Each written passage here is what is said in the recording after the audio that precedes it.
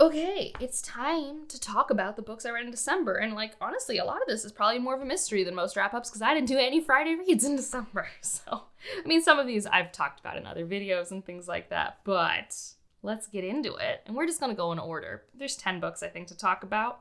Some of them, like I said, I've talked about in other places. The first 3 books were from the Goodreads Choice Awards thing that I did for fantasy, where I had my superlatives video, which I really liked. I also talked about a few of these in my worst of the year, but I haven't really given solid reviews on a lot of them. The one I have, and we'll talk about briefly, is Witch King by Martha Wells. I talked about this extensively in my worst book of the year's video. I was not a fan of this book, unfortunately. I do think I saw a comment that basically explained that if you are a Martha Wells fan, this might work better for you if you've read her other fantasy. Depending, like if you were like a tried and true, you've read everything Martha Wells has ever put out, then you can kind of bring to the table, you know what Martha Wells is setting up and doing because you've kind of seen variations of that before and fill in the blanks. I've only read 2 Murderbot novellas. I've read a boatload of fantasy, and like I truly, the apathy that I had for this book was so high. And I was just so frustrated in how confusing it was with no real payoff for me. I'm usually into a confusing time if there's payoff for me. This was reminding me of like when I read Gideon the Ninth and I was so bored, but it was so confusing. And I was just like, what's happening? Why does everyone have 5 million names? To the credit, I don't think this one, people have 5 million names, but they have different bodies at some points or another. It was just very okay, I guess, but then I was just really annoyed that I didn't understand what was happening, and I wanted it to be done. So, again, I talk about this more in a different video. If you really want to see my thoughts, probably my worst read of the month, if I'm honest. Next up, we have Clyde Astra, which is probably my favorite of the Greek retellings I was forced to read. That doesn't say a lot, if you can see the rating here. It was fine. It was a good audiobook. It was serviceable. I do think it definitely did the light bulb moment of telling me, oh, you are better off with Greek retellings when an author has more source material to play with, versus when they take a 10-page short story and try to make a 200-page novel. So, shocking. But that said, you know, it was just fine. We have Clytemnestra, wife of Agamemnon. We go through her story and where it intersects with the Iliad and things like that.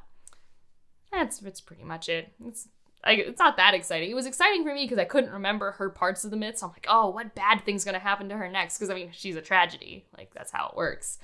So, yeah, it was just fine. Like, truly, I don't have that many thoughts about it anymore other than it was such a breath of fresh air after finishing Witch King that I was like, oh, man, this isn't too bad. That's how much I didn't like Witch King.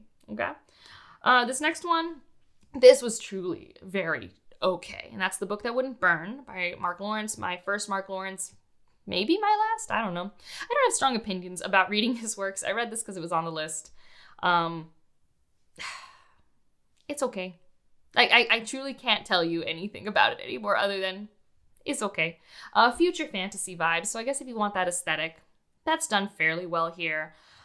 It has some interesting intrigue in terms of like you have these 2 main characters and they kind of cross paths, but it's unclear on the timeline and why it's happening how it is. So that's some fun intrigue. There is a twist that you can probably pseudo guess, or maybe if you don't guess it, but when it happens, you're like, oh, that makes sense. It has an ending that is probably a cliffhanger for most readers. For me, it's not intriguing enough to make me want to pick up the second book, but it was there enough to annoy me.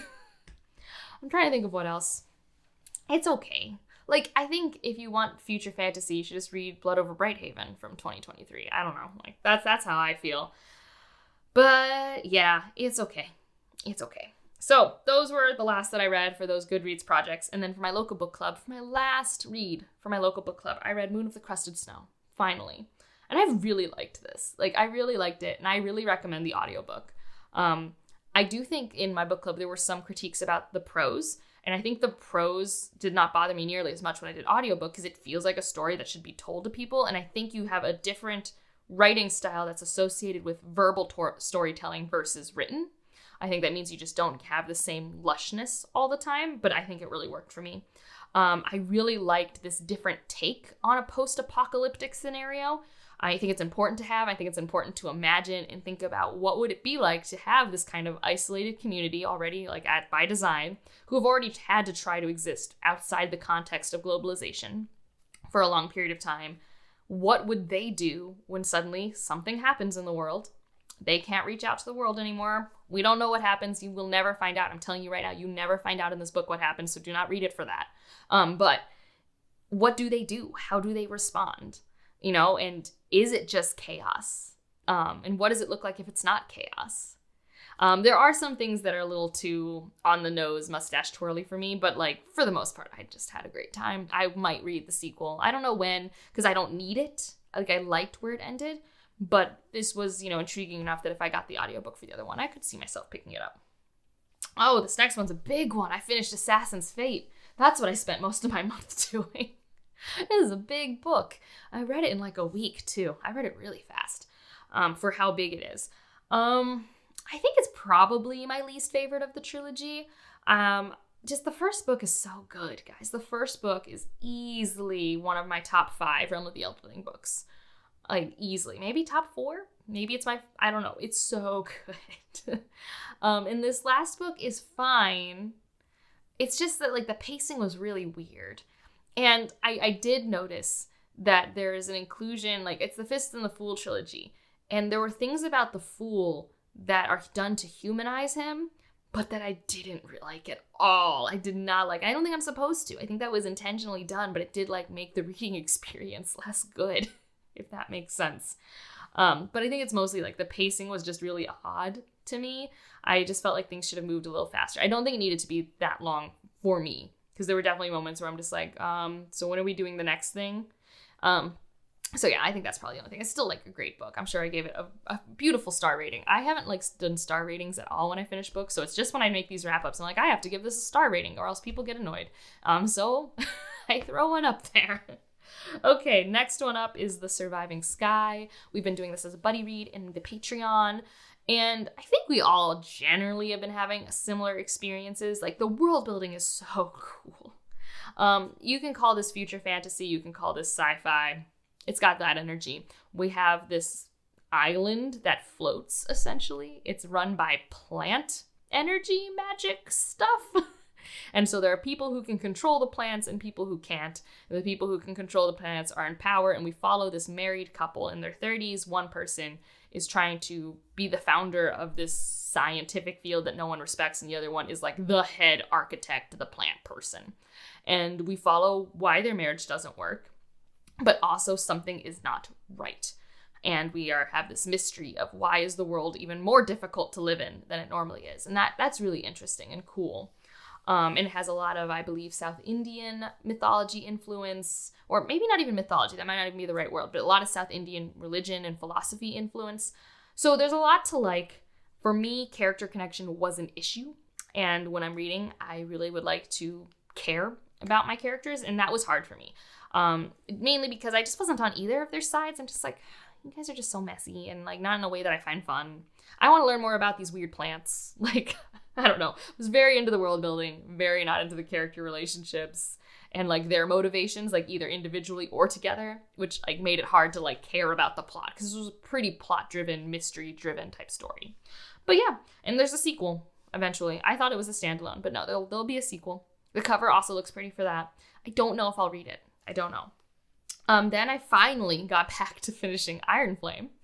And this book's too long, which I feel like everyone's been saying, but this book's too long. It was okay. And I thought I would have this benefit of I read part 1 altogether, and then I was reading part 2. So essentially I already broke this long book into 2 books, and it's just part 2 is just not good. Part 2 is just whatever.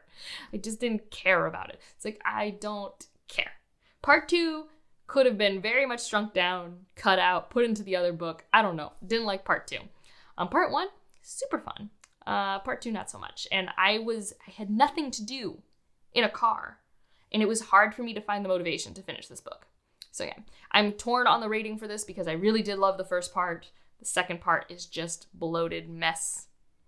So I don't know. I'll probably read the next book though, because they introduced one of my favorite tropey soap opera things. I'm so excited. So that'll be fun, a weird way. This next stuff, I guess I'll talk about them separately, but I read Abby Jimenez, and the hype is real, guys. The hype is real. I read both Part of Your World and Yours Truly, and we'll talk about them separately, but they are for sure the highlights of my reading month. Oh my gosh, I like contemporary romance. I don't like it all the time, but like I think I like it more than fantasy romance, and that's where I should be spending my energy when I want a romance book. But Part of Your World I picked up, and it immediately had me cackling. Okay, immediately I was chuckling, I was laughing. How these characters talk to each other worked for me. Okay, so if you pick this up and you are already cringing by like chapter 1 or 2, you might want to put it down. I don't think it gets better. It's a selling point for me. I loved how much I smiled. Because a lot of it is the verbal flirting with each other and the internal monologues and the friendships and the small townness of it all. So we have our main character. Gosh, I never remember the names of these characters. I think the guy's name is Daniel. Don't remember the girl. I really should. You get point of views from both of them. I don't know why I can remember Daniel, but not the girl. It's not Olive. I don't think it's Olivia. Is it Olivia? I don't know. Regardless, she's a redhead. I remember she's a redhead. And she is an ER doctor in a very toxic family situation, getting out an abusive relationship. Not physically abusive, but emotionally abusive. So trigger warnings for all of that. She's coming home from a family funeral. She gets stuck on the side of the road. And lo and behold, Daniel comes to tow her out. And they end up having drinks at a bar and have a great one-night stand that leads into we are only going to be together to fool around into romantic feelings. And it's stellar. Oh, it's so good. I had a great time. But yours truly was really good. This one also has trigger warnings for things that she brings up at the start of the book. I don't think I could remember them all right now, but she has it on her Goodreads page and does a brief version of it at the start of the book. So if you're a reader who doesn't like certain heavy content in your contemporary romances, you can definitely take care of yourself. So here, her name is Brianna, I think. And the guy's name is something else that I am really blanking. Jacob? I think it's Jacob. I am really not good at these normal human names, guys. Give me a fantasy name any day.